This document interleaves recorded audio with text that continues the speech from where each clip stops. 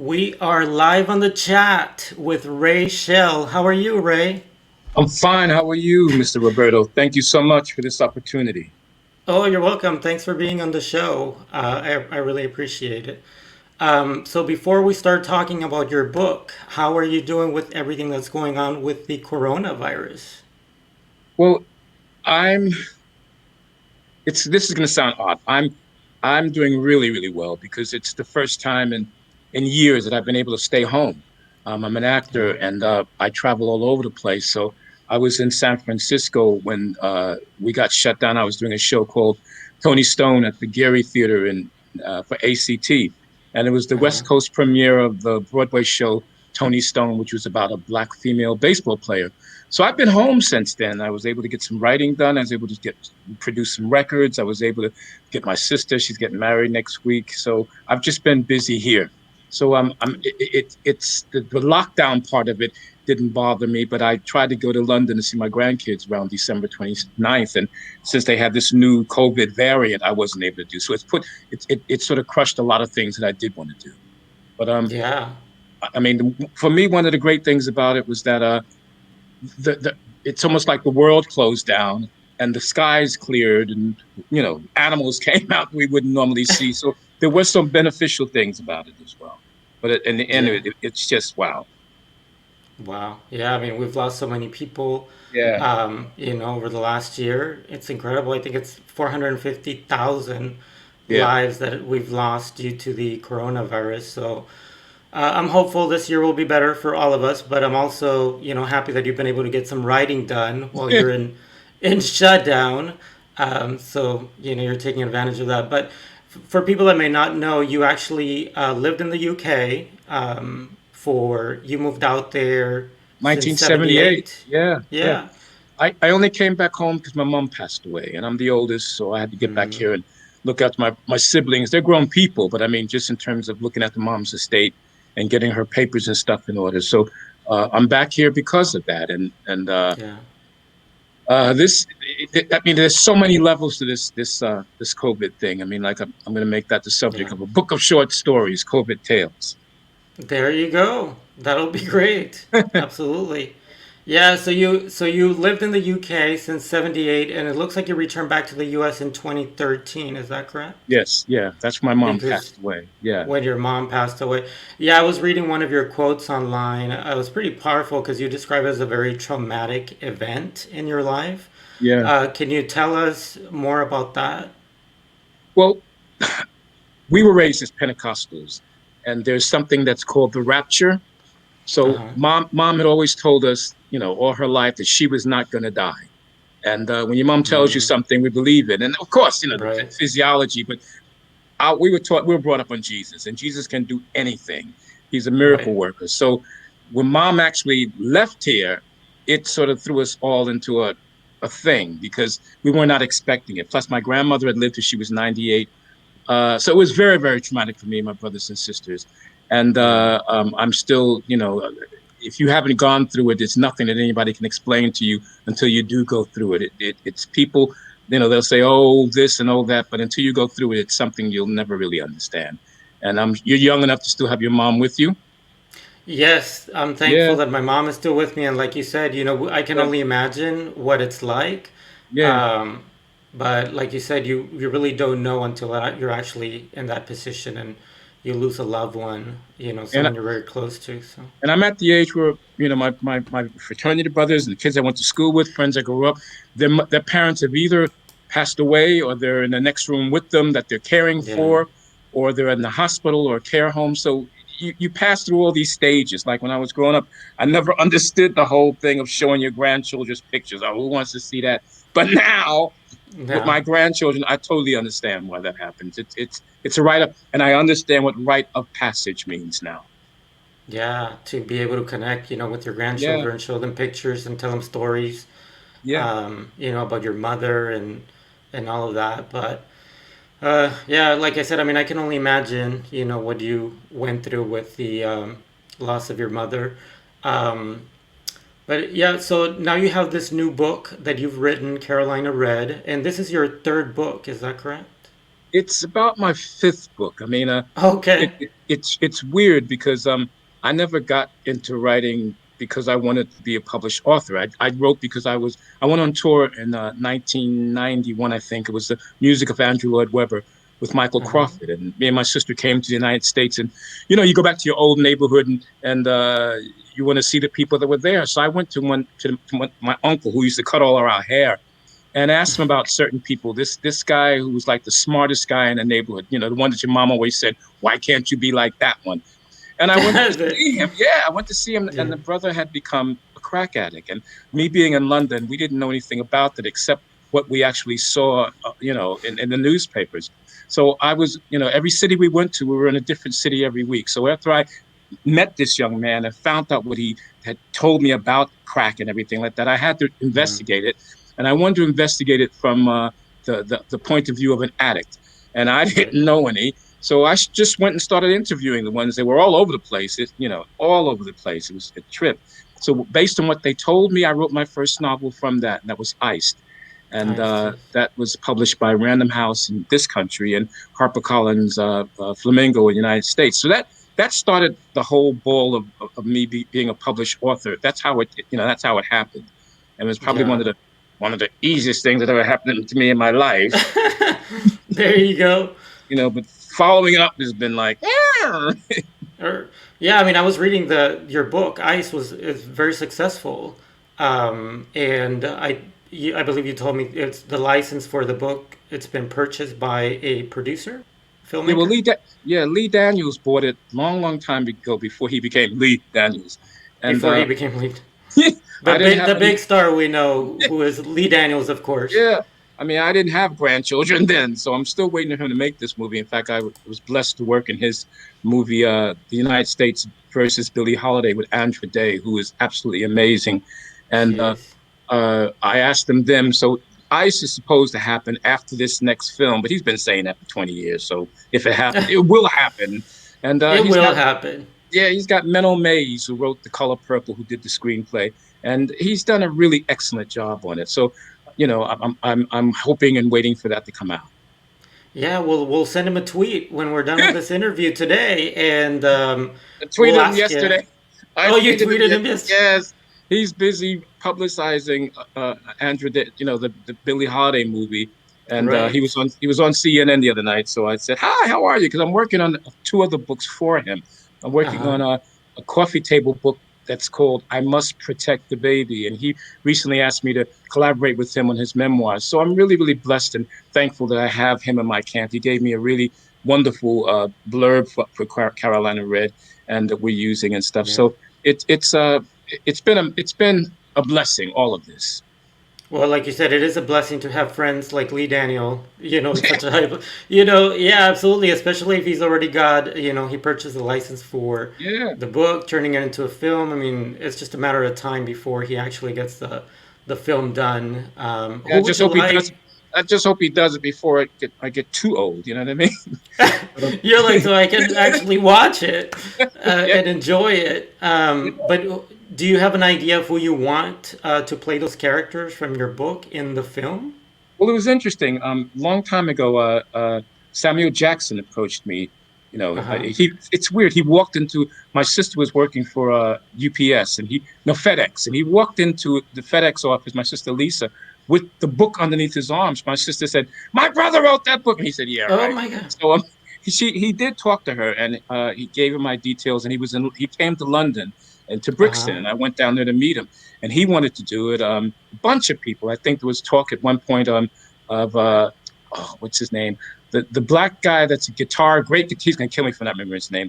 He's Oh. Jewish. What's his name? He's been a few of Lee Daniels films. I cannot remember the name, but there's a lot of young people now that I'd like to Hmm. see. There's a young man called Toby Sanderman who's a brilliant, brilliant actor. He's going to be, Okay. I think, in the next Ghost too, because Okay. the whole thing about the character of Cornelius, it should be someone who you would never think would ever turn into a crack addict. I know. This Right. man was an Ivy League. He had everything going for him. He had best possible kind of start in life. So the whole conundrum of it is, how did somebody that was so ahead of the game get so caught up Yeah. in something like crack? Yeah. What is the age of the character from the Cornelius, when we book? meet him, he's about 35, 40. So I'm About much too old. 35. I wanted to, I wanted to play him, but I'm much Yeah, yeah. play his dad. Maybe, yeah, maybe we can get Michael B. Jordan to play the character. Well, that'd be great. That'd be fabulous. Yeah. I don't know who Lee has in mind right now. I mean, after he finishes this film, he's doing the television show called The Wonder Years, and I don't know what his next movie is going to be. I'm praying that it'll be Iced. We'll see. Yeah, the other guy, I can't remember his name, but he is in Shonda Rhimes' new series, Bridgerton, the Duke, the lead Love it, actor. love it. I love that. He Yeah, he could also somebody be, like yeah, him. Yeah, like somebody who him. look yeah that doesn't look like at all that he would have Right. that sort of an issue. Right, because that's how it is in real life. It's like the Yeah, people that, you wouldn't expect are the ones that are dealing with, addiction and definitely. yeah. So tell us about Carolina Red. What is your book about? Well, in one sentence, it's the history of the United States as written by God, because it Okay. has. While I was writing it, it has all these characters and all these places, and I said to myself, well, I had to provide some sort of someone to narrate and take the audience through this book, and I'm going like, well, God, who? And I said, well, God, I said, who could know all these things and know everything and be everywhere? And I said, well, God. So that God. was Yeah. that was that, and it turned out really really interesting in terms of trying to elevate my own mind into the mind of the unknowable, a mind Hmm. that's so beyond what we can imagine. I tend to think that we have the wrong conception of God and what God is supposed to be. And I was thinking that I grew up in a church. I grew up in a Pentecostal church, and Jesus said that search ye the scriptures with an S, for in thee you think you have eternal life. And the Council of Nicaea has designated that only these books are the word of God. And I don't agree with that. I think the Lord inspires us, and he tells us his stories and his truth in all different kinds of ways. And so I said Yeah. to myself, okay, well, if we did find another holy book that they hadn't found, what would it say about the United States? So that's what Carolina Red is about. And it's also a love story, about a young lady who is Stella. She's 17. She meets a young man who she becomes his college mentor, and they fall in love. And at this point, she's transitioning from Pentecostal religion to Islam. She's so upset with the United Okay. States and their foreign policy.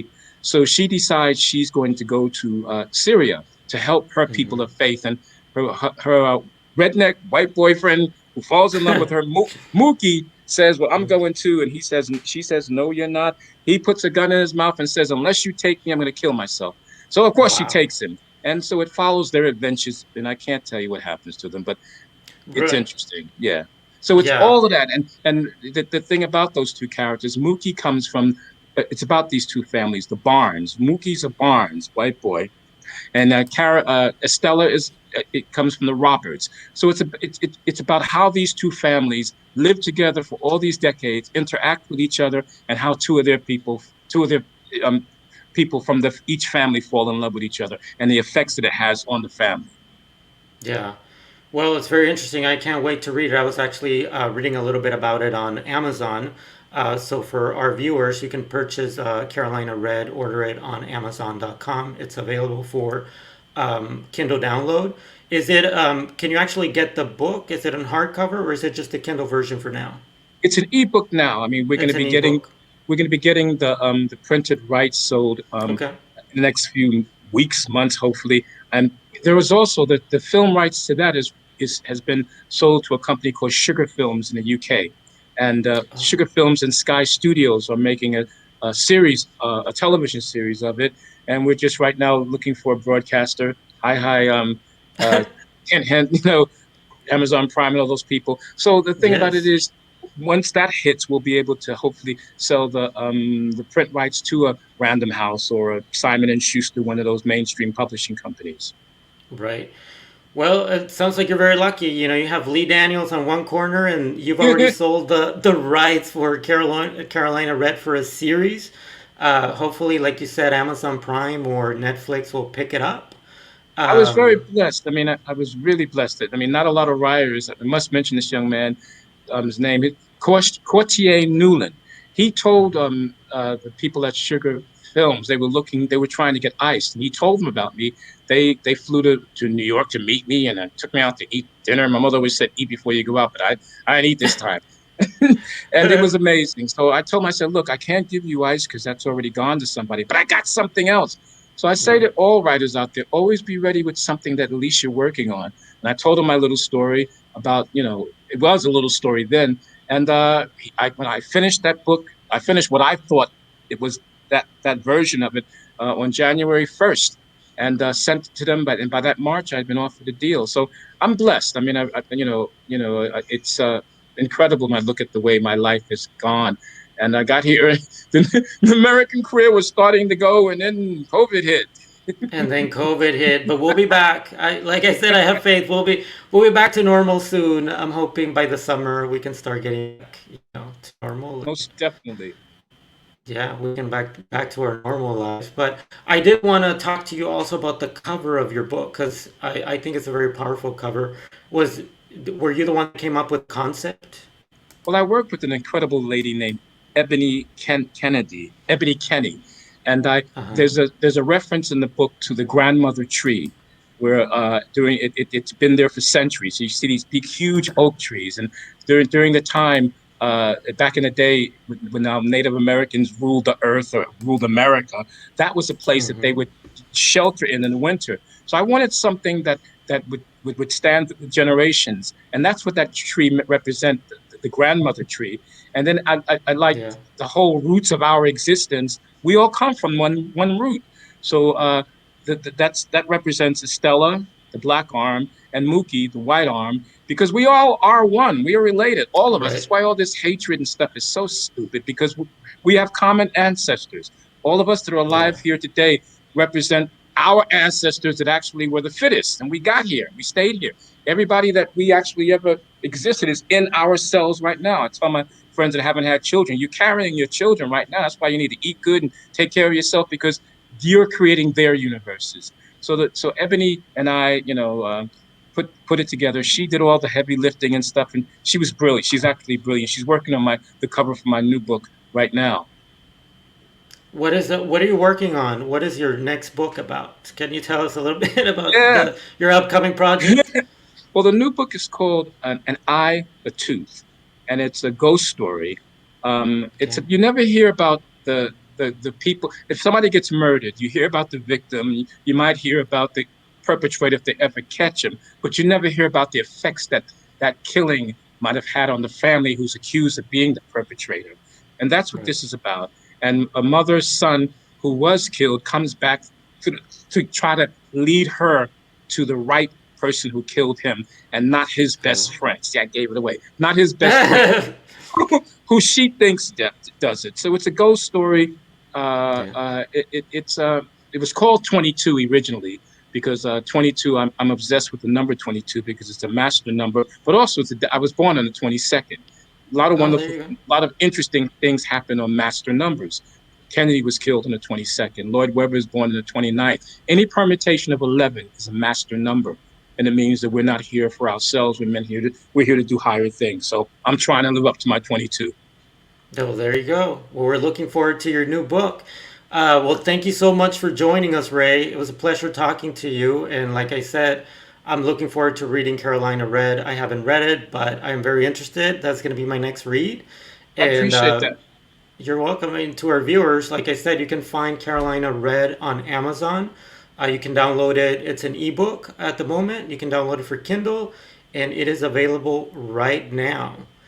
Well, thank you so much for joining us. By the way, you can follow Ray on Twitter at Ray Shell, and you can follow the chat at Live on the Chat on Twitter. And Roberto, thank you so much. I really appreciate it. And you would need me again, let me know. Absolutely. We'll be in touch. I appreciate it. Okay, then. Take care. Thank you. Bye. Bye bye.